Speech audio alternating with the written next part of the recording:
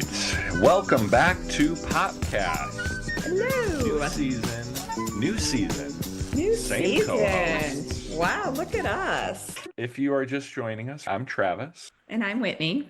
We are starting off this new season of PoPCast episodes focusing on assessment. We've worked with and talked to teachers who are doing it well and want to share some of the things that we've seen, as well as just remind you resources and ideas that we have already incorporated into the Patterns of Power, just to affirm that you're doing some amazing things already with assessment, as well as to remind you some of the assessment tools that do exist. So, with that, we are going to start today's episode talking about assessment of the process.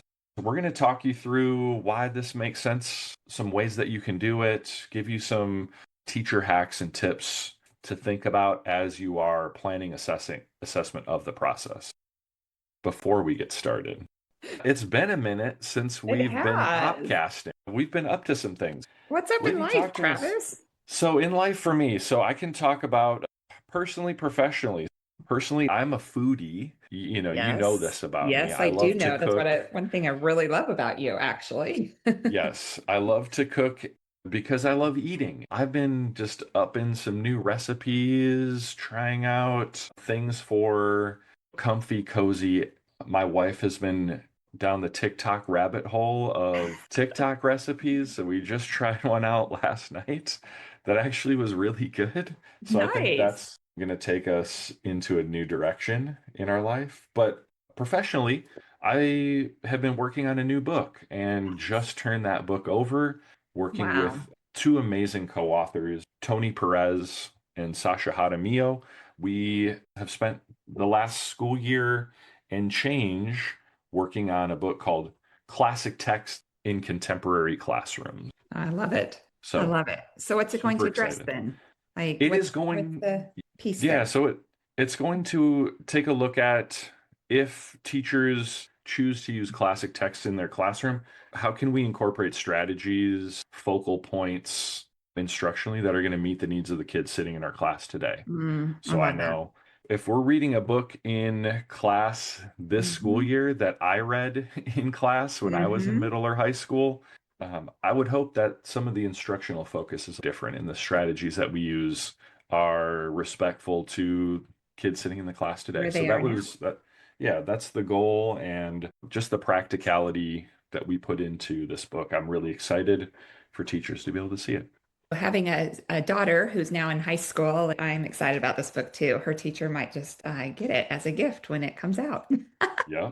Oh, yeah. Yeah, that's super exciting, Travis. Great news. How about you? Congratulations on that turnover. Such a huge, huge thing to do. Thank you so much. Me? Yeah. What you got going on in the world? Personally, professionally, let's see. It is coming up to the holidays, so we are going to be traveling up to see our grandkids. So I'm super excited about that. Here in a couple of weeks, really thrilled to go see them. One's 3, the other is almost 1. So I'm excited to see them. Professionally, high energy. I know it's gonna be, and Ollie he's almost 4, and that's really my favorite age. That's where they really start developing as writers and with their language. And so I'm excited. I already told him we're going to make lots of books when I come up there. Oh. Yeah, so we're going to have some fun. And then professionally, I've been in a lot of classrooms just talking with young writers, really young writers, pre-K through 2, and seeing what they're doing as writers and what we could do when we look again at our writing. And I'm working on a new book right now. I'm in the midst of writing that, of getting that all drafted so we can focus on revision of what that looks like in early childhood classrooms. So I'm really excited about that one. It's going to be called Look Again. To see how that turns out. I know it's going to be amazing. I'm really excited about the work. I'm excited to see what the students have been doing with it, and the lessons, they just are really quick, and I think that's appreciated. So we'll see. I'm excited. Yay. Yeah. Okay, so that's what we've been up to. Awesome. Wow. So in this episode, we're launching this new season. We're going to be talking about assessment. I get asked that a lot. How do we assess this? How do we get a grade? And I think when it comes to assessment, it's more than just grades, right? Like the grade is a piece, and for some of us, it's a big piece because we have to take so many grades per week, and that can be a stress, but assessment doesn't always have to be a grade. That's really what we're going to talk about today is looking at it as a process, looking at the patterns of power process and what assessment looks like within the process. Yeah, so let's start. Whitney, why don't you just start us off at a quick review of the process, just so that we all have easy access to this foundational understanding, so that when we continue talking about it, it makes complete sense to everybody, all this. Yeah, let's get us all on the same page, shall we? Mhm. Yeah, yeah, All yeah. right. So, the patterns of power process, we begin with that invitation to notice. That is where we share the sentence or the short excerpt from published literature. We ask our students, what do we notice? It's our time to discover what they already know, also, any misconceptions that might be out there. And it just gives us a chance to celebrate what we know as writers, but also what we're curious about as writers and things that we can learn from there. And because that sentence or excerpt was so carefully chosen, that focus phrase should come naturally from that conversation. So the focus phrase is created at that time or revealed at that time. And then we move into the invitation to compare and contrast, where now we're comparing our mentor sentence to another one that is similar to it that still demonstrates that focus phrase, that convention that we're looking at. We're having conversations there, really deepening an understanding of what that focus phrase actually means when we're looking at it within written text.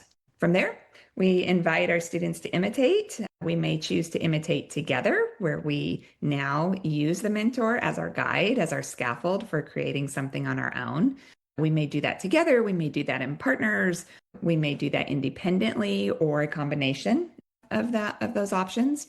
And we celebrate what we imitate. So the next step of that process is in the invitation to celebrate. And we take a look at what we have done now that's like that of the author, of our mentor author.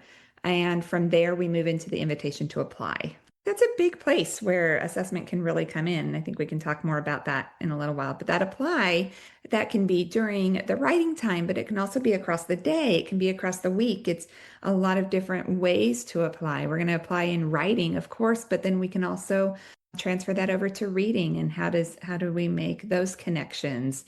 Of course, we can write about content. We can dig deeper into understanding of content as we write about it using that focus phrase to guide us as well. And we end with that editing conversation, which allows us to see if changes are made to writing, what is the effect of those changes? And get us really thinking about what editing actually means rather than just fixing mistakes. It's really thinking about the reader and how effective our writing is for that reader. So there's the lowdown on the process. Love it. Yeah, so what we're presenting in this episode to you is the idea of helping to capture writing and thinking in all the various invitational stages of a lesson set. We believe this is important to create a structure where students are organizing and then displaying their thinking on the page, whether that is a page of paper or a digital space. We want to give students time to organize their thinking. We want to give them some time to make that thinking visible. And then that's going to allow students the opportunity to have something to reference as they move into conversations and discussions about the things that they are noticing, their observations, and maybe some conclusions they're drawing with those observations. Thinking about the invitation to notice as an example, we're going to display the sentence. We are going to ask students, what do you notice? Having a space for them to gather those noticings. This is what we're talking about. Having a space where we're going to organize parts of the process and the writing and thinking that happens during those. What I love about this, having a space where the entire lesson set is put together, shown visibly, maybe on one page or the front and back of a page, is it it also, as students are gathering their information and making that thinking visible, it allows them to gain confidence to be able to be a part of a discussion with a partner, a small group, even the whole group, as they have time to organize that thinking, as they can see other students' thinking put on paper, and as they can maybe revise that thinking through that initial discussion. I feel like it's like in math, we want them to show their work. This is how they're showing their work, right? They're showing us their thinking through this note taking. I didn't think about it like that, but Yeah. yeah, Just that's as a you were great way talking, to. that's I got to think about it. I was like, gosh, it's like showing your work in math. Here we go. Showing what's Yeah. happening in your brain. We need That, to see that. if we shift beyond the importance of this for students, also thinking about our work as teachers, my goal for my students is that all students are going to Yeah. have mastery of this grammatical concept as we are studying it. So if I can see student thinking made visible in each Hmm. invitation, I can, as I walk around the room, as I take a knee and talk with students, as I listen in on their conversations, as I gather this graphic organizer through various stages to be able to take a look at it, I'm then able, as the teacher, to make instructional moves based on what I can see. Yeah, Not only what I hear through discussion, but then what I see students doing, the thinking that they are taking out of their head, the ideas that they're putting on the page. Hey, we might need another crack at this same invitation to strengthen understanding, to clarify misconceptions, or kids might have it and they might be going in some directions that are well above and beyond where I think they are as far as their mastery of the conventions of language at the time. for sure. It's a great, just informal piece for us to take a look at. Yeah. Definitely. So I think those are some of the main whys. Whitney, I don't know if you want to add on to any of those No, I think or you captured it. I think now we can talk about what do those note-taking forms look like. sure. You can have just kind of a graphic organizer, an open-ended note-taking form where the process is just laid out. Then you just have a place for them to note take throughout the process. I know we're going to put some things in the show notes for you to go and take a look at as options for you. And we also in grades in the elementary, we actually have a notebook out there that can be purchased and for patterns of power. And what I like about this notebook is it has that graphic organizer inside of it, but it can go with any lesson because the graphic organizer is blank. So there is a place for if you want to give them a strip that has the sentence on it that they glue in it, or they're just looking at the sentence and taking the notes. I don't recommend them writing the whole sentence out. It just takes a lot of time for them to do that. I'd rather just give them the sentence to put in there. If I'm making my own note-taking sheet, I might just put the sentence directly on there for them to Ooh, take a teacher look. hack number one. Yeah, that might just Love be it. just something to think about. But anyway, in this notebook, in the Patterns Power notebook, which we're putting a link that will take you to the Zaner Blozer site where they can be purchased. Within that, it just lays out each part of the process and gives plenty of room for them to write down their thinking. So, for example, in the compare contrast, there's a T chart, right? And it has how are they alike? How are they different? So it's just a place for them to write down their thoughts. And in the notebook, even in the celebration, there's a spot where they can record their thinking from the celebration. What have you learned during this process? It's a moment of reflection within the middle of that process because that's really what that celebration is, a moment to reflect and think about what I've learned. So now I can go and continue to do that in the wild of writing, which is the apply. It gives them lots of places just to share their thinking and for us to take a look at that as well. And this is also reasonably transferable into a format that works best in your classroom. Absolutely. As you think about just title of the invitation, space below that title to be able to do some writing to make Mhm. that thinking visible on paper. And it could even be just on a note card that day too, if you want to just have it in the moment, right? Rather than a notebook or something digital. If you just want to have a key thing to take a look at that one day, almost like an exit ticket, but it's more of an entrance ticket. You could easily do something like that too. It doesn't have to be the whole graphic organizer.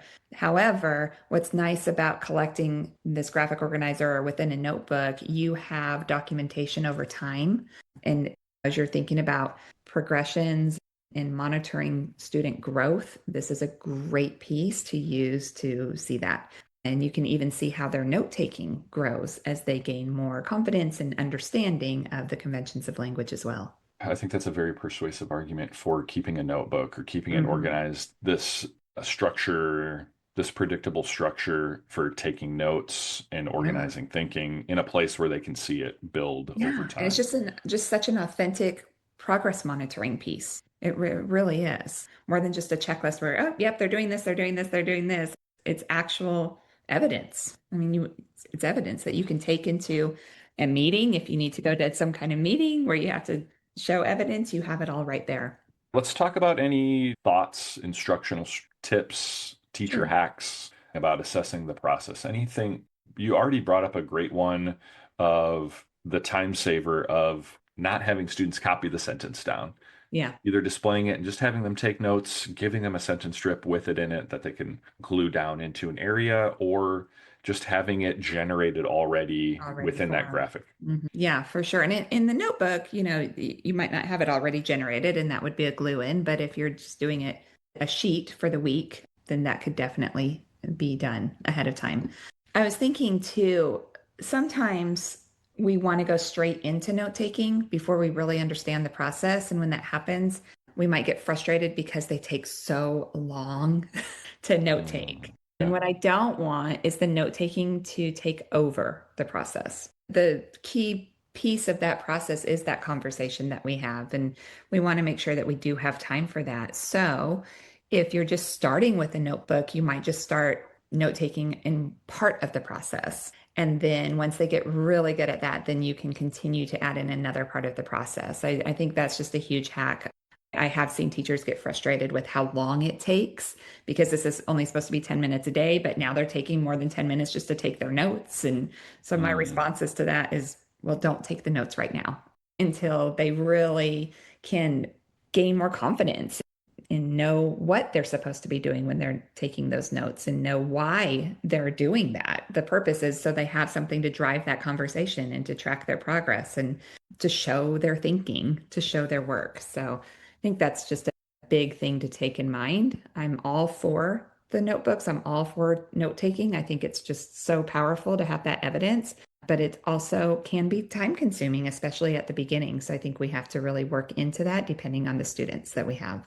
Well, I think along those lines, also it could be appropriate to think about you as the teacher modeling that. So having that Yes. same note taking, that same Yes. graphic organizer up visually for students to see. And as you are doing some thinking, presenting that, turning that into notes, gathering student suggestions, giving them an idea of what that looks like visually, the first two, three, four times of the process until it becomes like a no-brainer. As we're talking about assessment, that assessment always, and I think, as I said it earlier, that doesn't always need to be a grade, but I wouldn't want these notes graded every week. Like, I wouldn't want to see that. I guess maybe a completion grade every now and then if you need it, if you're short on a grade and you need one, maybe, but I wouldn't want this to be the grade because I Yeah. think that takes away from the purpose of this assessment for the student to where they're now it's just a task as opposed to a tool.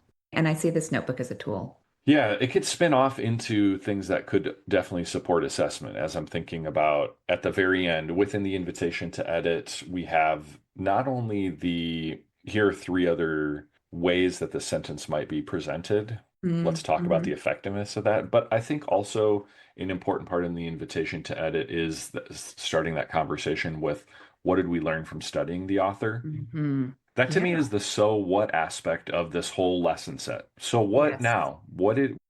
Are our takeaways? I think that gathering that reflection, we're going to talk a little bit more in depth about student reflection, but just as a little taster Yeah. here, this Yeah. could So maybe catapult like into, if we're going to choose a piece to assess, that might be a piece rather than the whole note taking form, but that part right there, what are we learning from that assessment piece? I love that.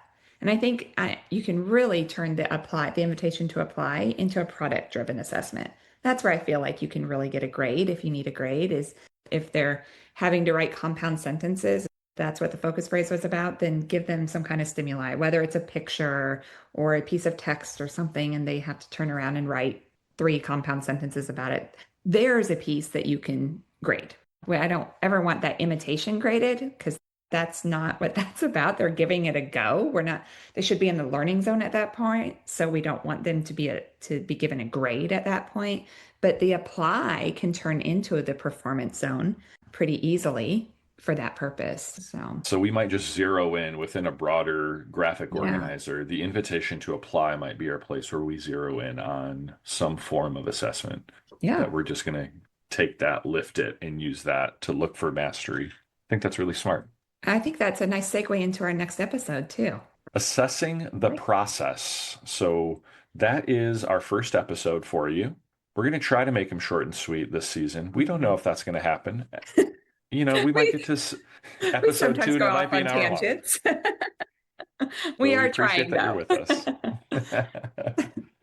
All right. With that, we appreciate your support. We can't wait to share some more content about assessment around the patterns of power process with you in episode 2. Yeah, awesome. Thanks for listening.